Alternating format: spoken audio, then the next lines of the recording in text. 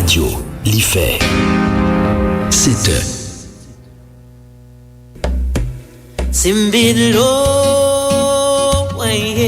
Bonjour, ici Malou Bopoir sur Alter Radio. Alter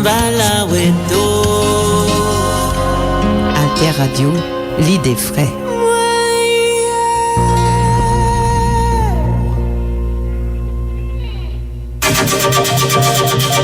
La plateforme Alter Press Alter Radio, leader de l'information utile et de la diffusion des idées en Haïti. Alter Press depuis 2001, pionnière de l'information en ligne. Alter Radio depuis 2015, pionnière de l'information web radio en ligne. Alterpress.org, alterradio.org. Sur les ondes 106.1 FM à Port-au-Prince. La plateforme Alter Press Alter Radio pour l'émergence d'une population bien informée. Bien informée. La plateforme Alter Press Alter Radio, leader de l'information utile et de la diffusion des idées en Haïti.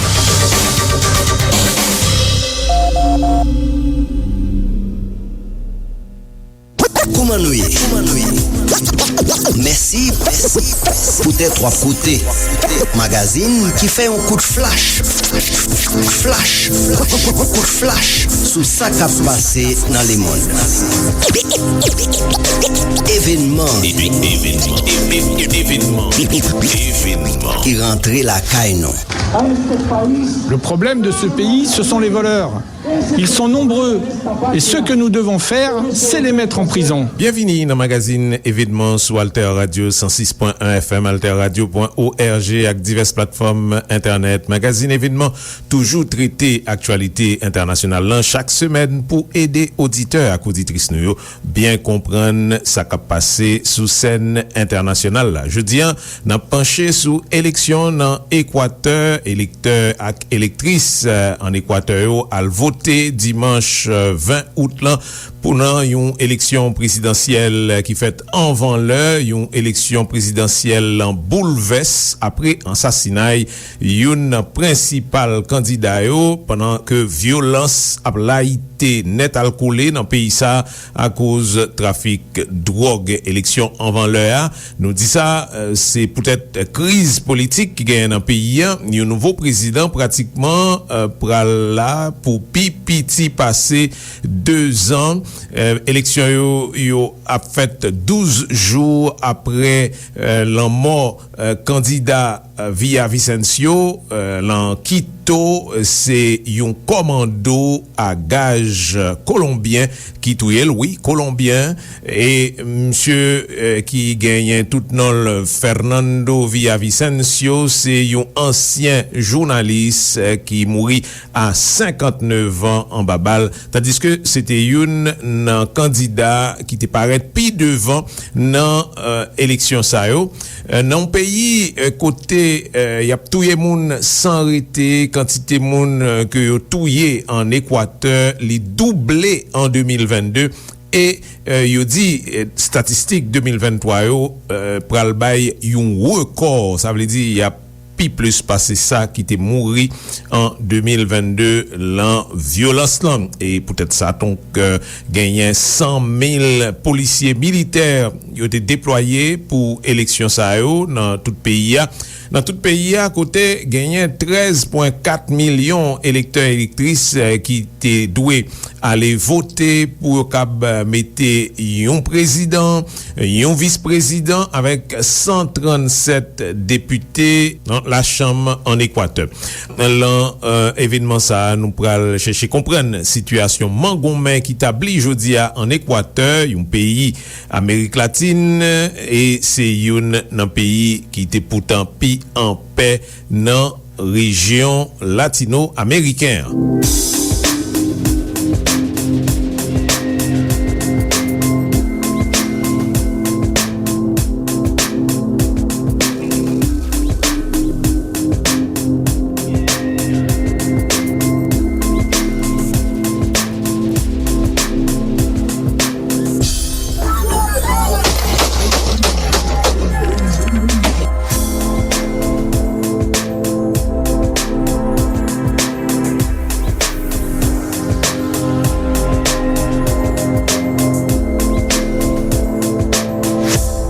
Pendant n'a entré dans émission ça, on nous regarde des titres qui gagnent dans la presse dans certains pays à travers le monde sous élection qui fait en Équateur. Titre dans la presse latino-américaine, El Mercurio en Équateur, il dit que c'est un processus électoral qui a réalisé tout à fait normalement, tout au moins l'an premier parti journée, c'est ça conseil électoral en Équateur a été fait connaître, et c'est avec ça El Mercurio en Équateur fait titre, tandis que El Comercio dans le pays Pérou, qui c'est un pays voisin Équateur, il dit que Équateur a fait élection présidentielle côté promesse qui gagne, c'est pour moun qui pral élu a pas joué du tout avec crime organisé dans pays ça.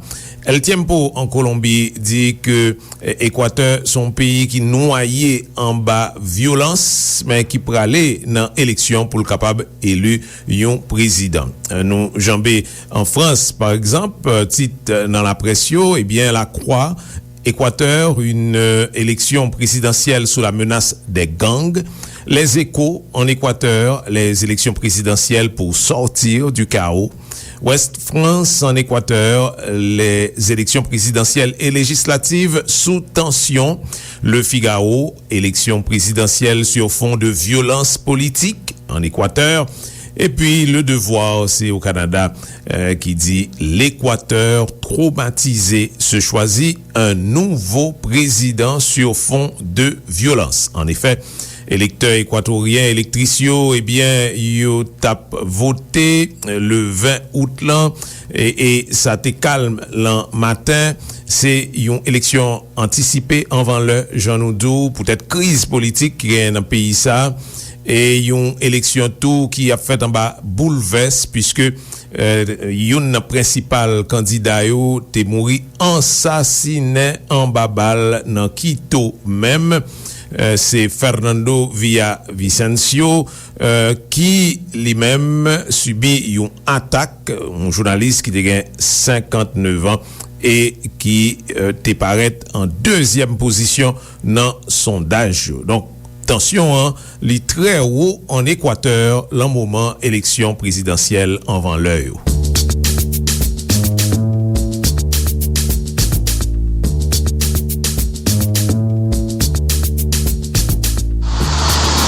L'armée déployée en Équateur, 3 jours avant le premier tour de la présidentielle. Un contingent d'environ 7000 hommes envoyés dans plusieurs provinces. Rassurés, priorité absolue des autorités qui ont maintenu le scrutin après l'assassinat spectaculaire il y a une semaine du candidat qui s'en est pris nommément à la mafia et à l'un de ses chefs. Aujourd'hui, nous voulons dire au pays que les forces armées, la police nationale, le Conseil national électoral et le département de la sécurité font en sorte que le 20 août, tous puissent exercer leur droit de voter, d'élire et d'être élus. 53 707 policiers mobilisés partout dans le pays, ajoute précis le ministre de l'Intérieur. Du côté des candidats, Christian Zorita succède à Fernando Villavicencio pour le parti centriste Construire. Le parti de l'ancien président Correa a tenté de s'y opposer en vain. Les autorités électorales ont approuvé sa candidature à l'unanimité. C'est un proche du candidat assassiné et comme lui, un journaliste d'investigation. Ils ont tué Fernando. Ils sont après nous, aucun doute à ce sujet. Il n'y a rien d'autre à faire que de confronter cela. Face à l'insécurité, l'État doit doter la police de moyens techniques adaptés, insiste-t-il. On ne peut pas lutter contre des criminels équipés de fusils avec des pistolets sans munitions et des bâtons. Mais sans investissement dans le social, sans conditions favorables pour créer des emplois dans le privé, l'insécurité continuerait à gagner du terrain, ajoute-t-il. Celle qui tient la corde parmi les 8 candidats en lice, c'est Luisa González du mouvement de la Révolution citoyenne. L'avocate se réclame ouvertement de Rafael Correa, dont elle ferait son conseiller, a-t-elle déclaré, si elle l'emportait. Nous allons travailler sur la sécurité, bien sûr. Nous allons purger la force publique, laisser partir ce gouvernement corrompu qui s'est laissé infiltrer par le trafic de drogue et les bandes criminelles. Une violence qui ne se dément pas en Équateur. Il y a 2 jours, un membre du parti de la candidate González était à son tour abattu, portant à 3 le nombre de politiques tués en l'espace d'1 mois.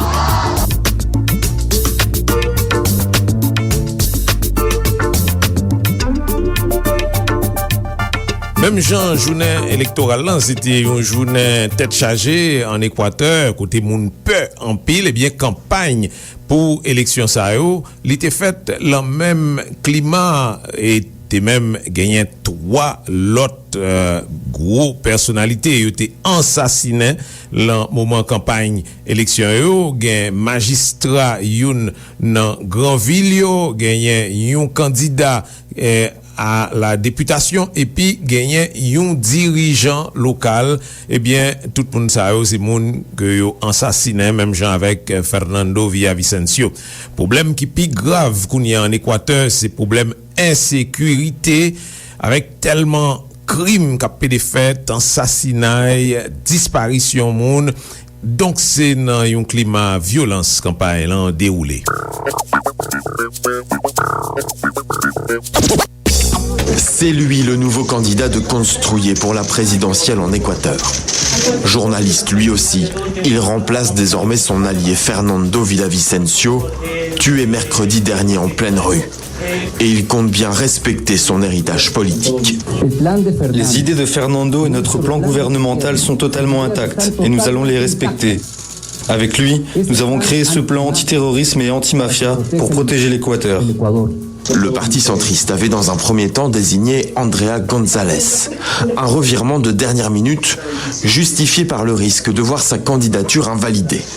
L'ex-candidate tient toutefois à souligner l'unité du parti. Le candidat que nous avons choisi d'un commun accord avec Construye est le frère de lutte de Fernando Villavicencio.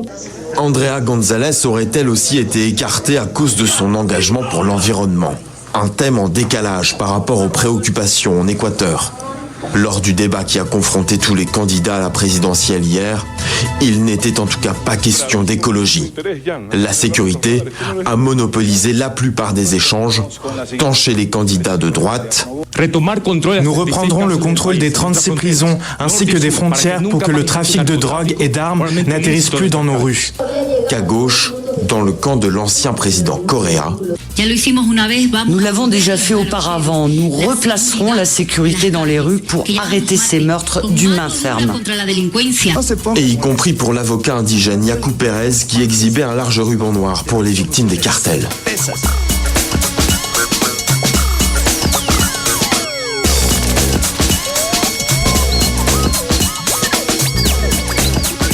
Assassinat et candidat pour président Fernando Villavicencio qui était fait le 9 août en Équateur, il fait un pile monde mettez main en tête. C'est un gros choc qui frappait société. Monsieur, c'était une voix qui était sonné fort en pile contre corruption dans le pays. Ça, c'est ça, Juan Guarderas, militant anti-corruption souligné.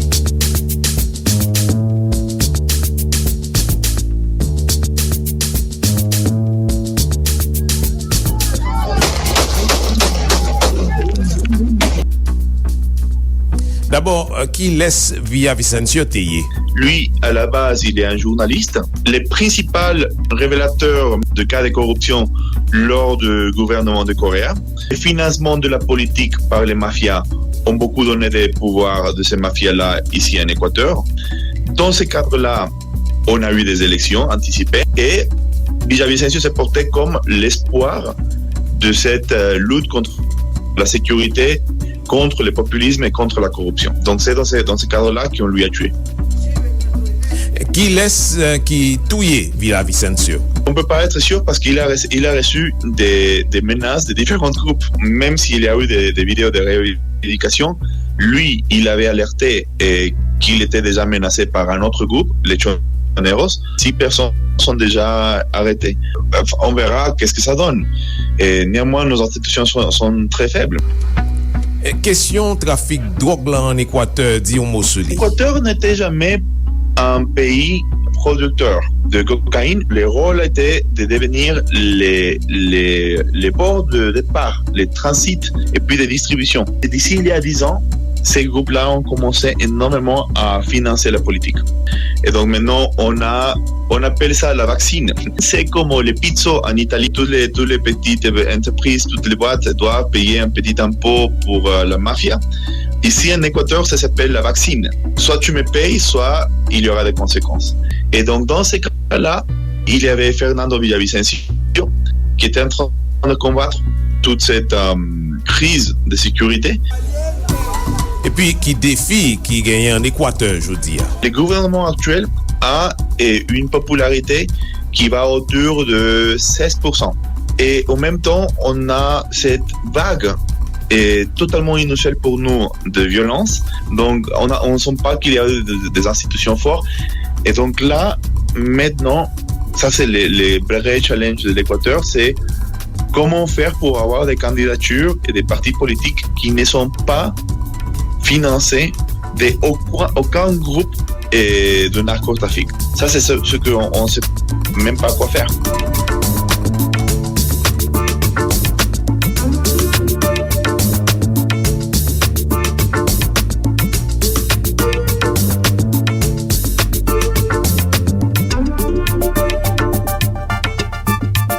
Violence terrible dans le pays Équateur, alors que pays a vive en paix, c'est ça nous t'a souligné tout à l'heure. Est-ce que ces situations pays voisins liés, côté trafic drogue là, a fait ravage qui fait impact sur le pays Équateur?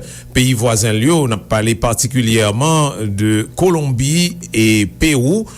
On a fini avec quelques éléments de réponse. C'est Jean-Jacques Kourlianski qui a porté, lui-même c'est un chercheur dans l'Institut de Relations Internationales Stratégiques qui occupait de Amérique latine dans l'Institut.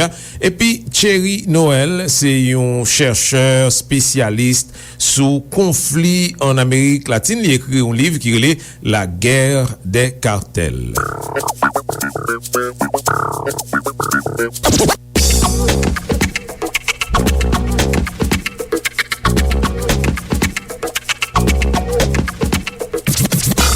Bien sûr que la proximité, notamment de la Colombie, joue un rôle.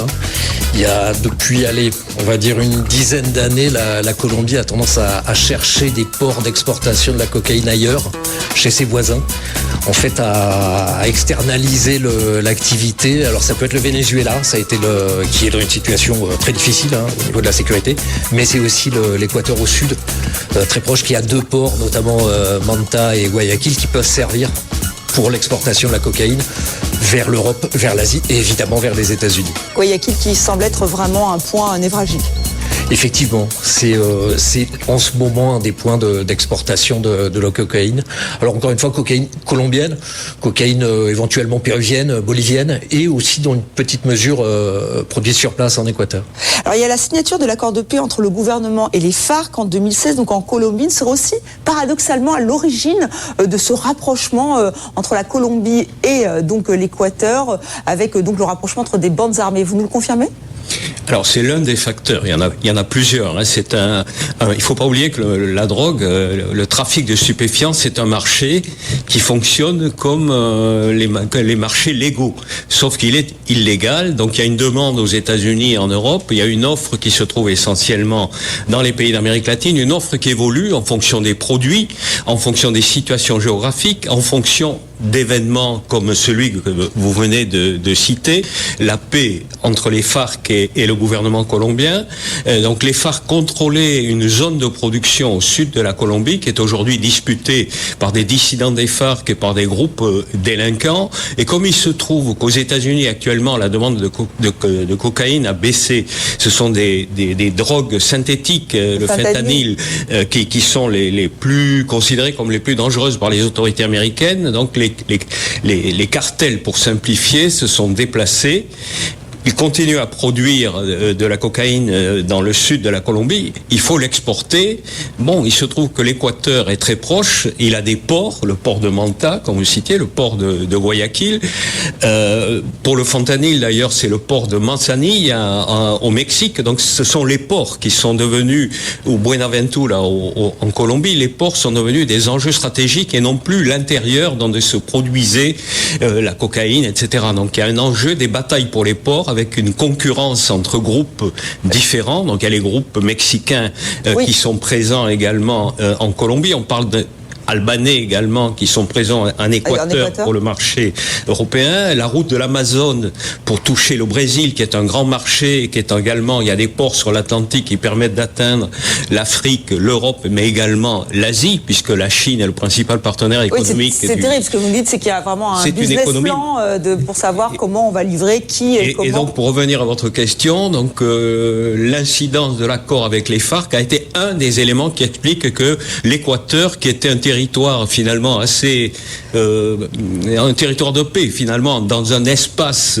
où ces trafics de stupéfiants avaient des incidences graves, est aujourd'hui entré dans ce tourbillon d'une façon extrêmement violente depuis 2018. Toujours avec Jean-Jacques Kouliansky et puis Thierry Noël, Colombie, un point central dans le trafic drogue dans l'Amérique latine avec Équateur comme un point côté drogue la passée. Et puis, violence gaillée. Alors, faut reprendre la chaîne de production. La Colombie, elle reste au cœur. C'est vrai qu'elle reste au cœur de ces trafics-là. Les cartels sont encore importants. On n'est plus dans l'époque des Pablo Escobar et autres. Elle reste importante avec quand même une volonté de la part des Colombiens de se faire discret, de faire profil bas. C'est ce qu'on appelle maintenant la génération des invisibles. C'est-à-dire que ce sont des gens qui envoient de la drogue dehors. Après, ce qui se passe, ça les intéresse plus. C'est eux qui en produisent le plus ? C'est eux toujours qui en produisent des grandes quantités. Alors le plus, c'est des questions de volume, c'est aussi des questions de ce que ça rapporte exactement. C'est toujours difficile à évaluer, mais oui, ça reste le pays au cœur du trafic. Qu'ils en produisent directement en Colombie ou qu'ils le fassent en Équateur, au Venezuela, au Brésil ou ailleurs.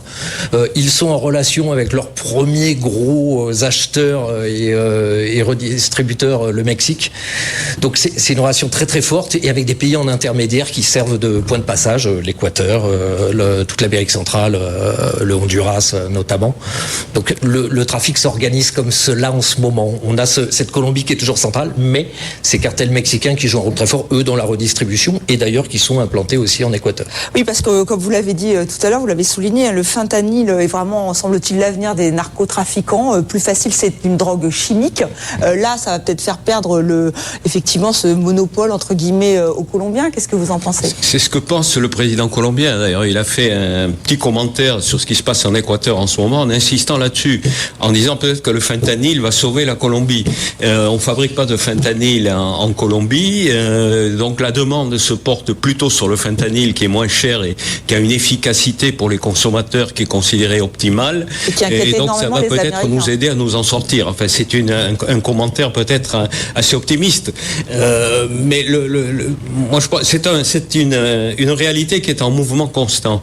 Donc il y a une concurrence entre différents groupes, des petits groupes. On n'est plus dans la situation des années 90 où le cartel de Medellín est un cartel intégré de la production à la distribution en passant par le blanchiment, le transport, etc. Là, ce sont des groupes qui sont fragmentés.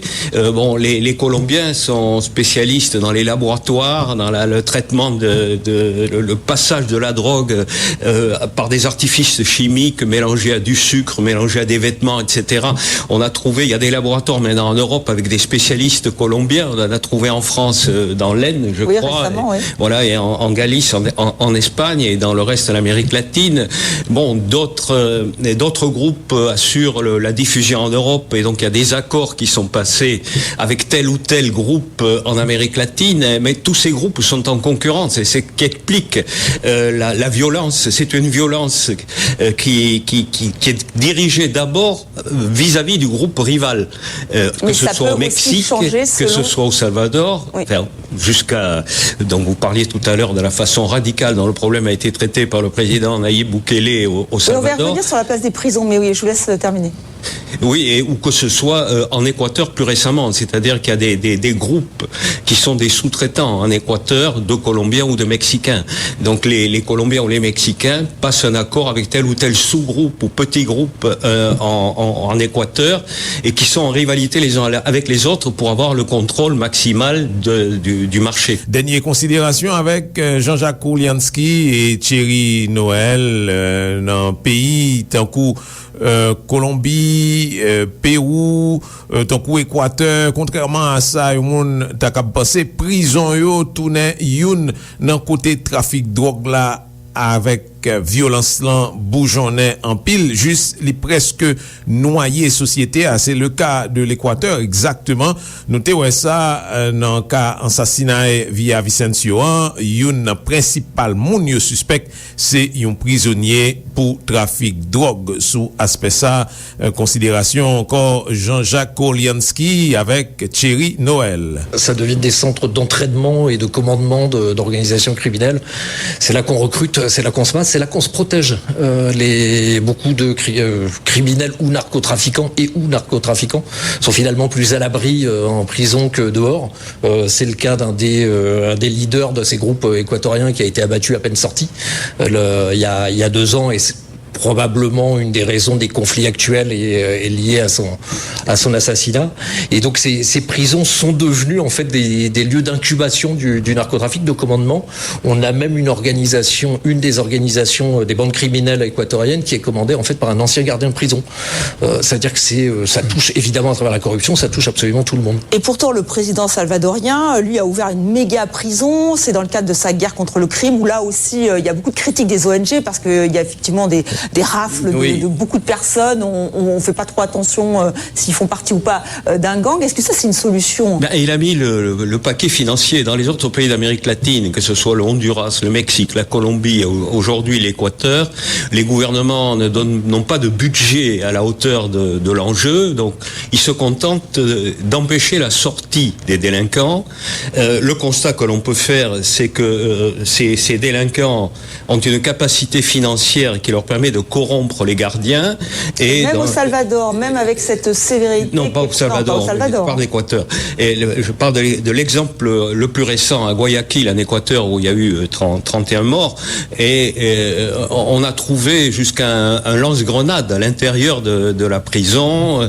Au Honduras, il y a des chefs de réseau, je disais ça avant de venir ici ce soir, où les chefs de réseau ont des frigidaires super équipés, des chaînes de radio, etc. dans leurs cellules. C'est-à-dire que le problème des gouvernements, c'est dire ils sortent pas, mais ils font ce qu'ils veulent à l'intérieur.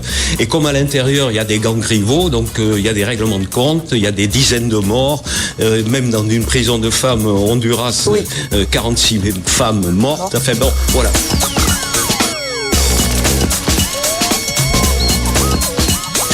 Eh bien, c'est comme ça, on a fini. Magazine événement qui toujours traité actualité internationale là chaque semaine pour aider auditeurs et auditrices nous bien comprendre ça qui a passé sous scène internationale. Je dis, nous t'es penché sous premier tour élection présidentielle avant le dans Équateur dimanche 20 août là dans un contexte gros violence. Si doit gagner un deuxième tour, la fête le 15 octobre qui a venu là. Principale source nous t'ai consulté pour magazine ça, c'est AFP, TV5, Huffington Post, El Mercurio en Équateur, El Comercio dans Pérou, El Tiempo en Colombie, La Croix, Les Échos, Ouest France, Le Figaro en France et Le Devoir au Canada. Merci pour attention nous. Continuez, suivez-nous sous 106.1 FM, alterradio.org avec diverses plateformes internet et nous capables d'écouter émission ça, le nouvelé en podcast sous Mixcloud, Zeno, Apple, Spotify ak Google Podcast. Koumanouye. Merci pour tes 3 côtés.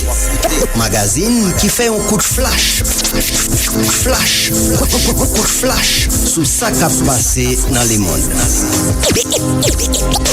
Événement qui rentrait la caille non.